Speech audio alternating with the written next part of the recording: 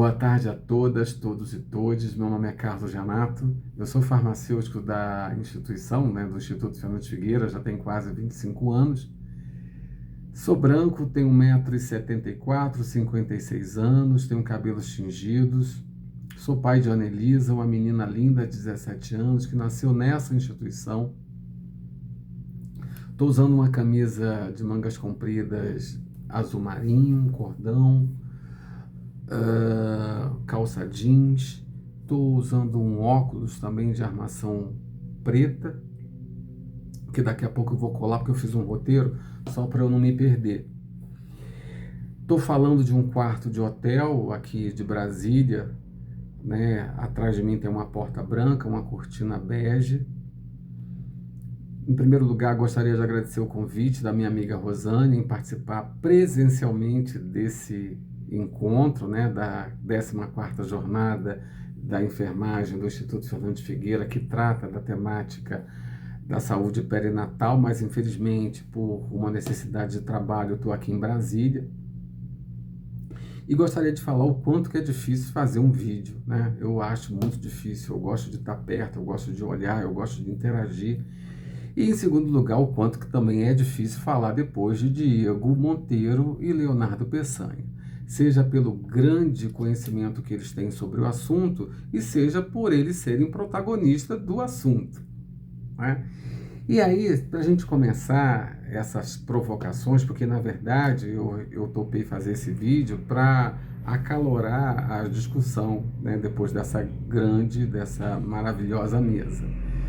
E aí, só para que vocês tenham uma ideia, antes quer dizer, quando eu aceitei o convite, eu fui procurar um juiz, um amigo, um juiz de direito, o doutor André de Souza Brito, para poder situar, para poder me localizar, nessa temática.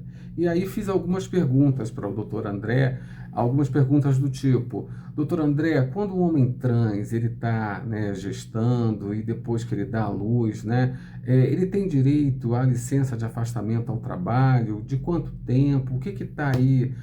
O que tem de arcabouço legal para ampará-lo, Perguntei também, no caso de um casal de lésbicas, que tem uma criança por inseminação caseira, que é uma realidade, porque nem todo mundo tem condições financeiras de fazer a inseminação em clínicas de fertilização. E aí ele me responde: Renato, não tem lei. Não tem lei. O que eu tenho muitas vezes utilizado é um alvará judicial. Para quem não sabe, um alvará judicial é um dispositivo legal de intervenção de um juiz em pró de uma causa individual, privada, Então, só para que a gente possa entender em que cenário a gente está. E eu fiquei, na verdade, assim, estarrecido, porque é um cenário de desumanização. Me lembrou muito, há 200 anos atrás, quando esse país escravizava pessoas negras e que essas pessoas não tinham direito nenhum, porque os direitos humanos são para os humanos, então essas pessoas não eram nem humanizadas, E eu fiquei pensando nisso, o quanto que é similar, eu estou fazendo uma comparação, mas porque isso na minha cabeça me pareceu muito similar. Essa falta de legislação, essa falta de políticas públicas, porque essas pessoas parecem que não são públicas, essas pessoas parecem que não existem, E a gente precisa, da visibilidade, mais do que visibilidade, a gente agir em pró, do direito dessas pessoas.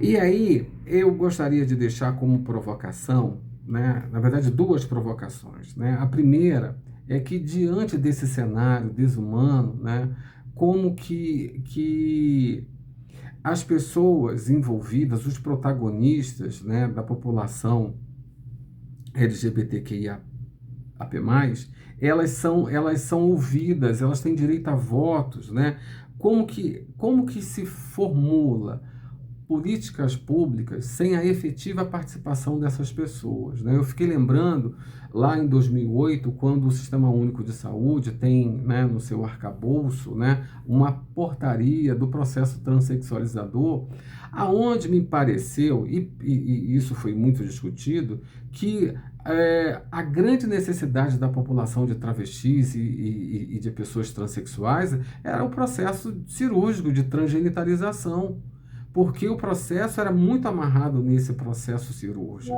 E isso nunca foi uma realidade, nem era e nem é, né? E o quanto que isso estava longe, né, da realidade. E a segunda provocação, né, na verdade eu vou pegar uma frase, né, de um filósofo francês que escreveu isso há 124 anos atrás. Ele escreveu isso em 1900. Georges Ripet, ele escreve o seguinte: quando o direito ignora a realidade se vinga ignorando o direito. E aí eu termino, né, com essa frase para que a gente possa pensar nesse cenário. O que de fato, né, diante de um cenário onde políticas públicas ainda são inexistentes, ou são tímidas, ou às vezes elas não falam da realidade, elas não vão abarcar as reais necessidades da população. Então é isso, eu me despeço, queria muito estar junto com vocês, mas infelizmente por necessidade eu estou aqui em Brasília, mas eu desejo uma boa discussão e eu quero que seja gravado porque eu também quero escutar depois as falas, enfim, tá? Um beijo grandão e abraços!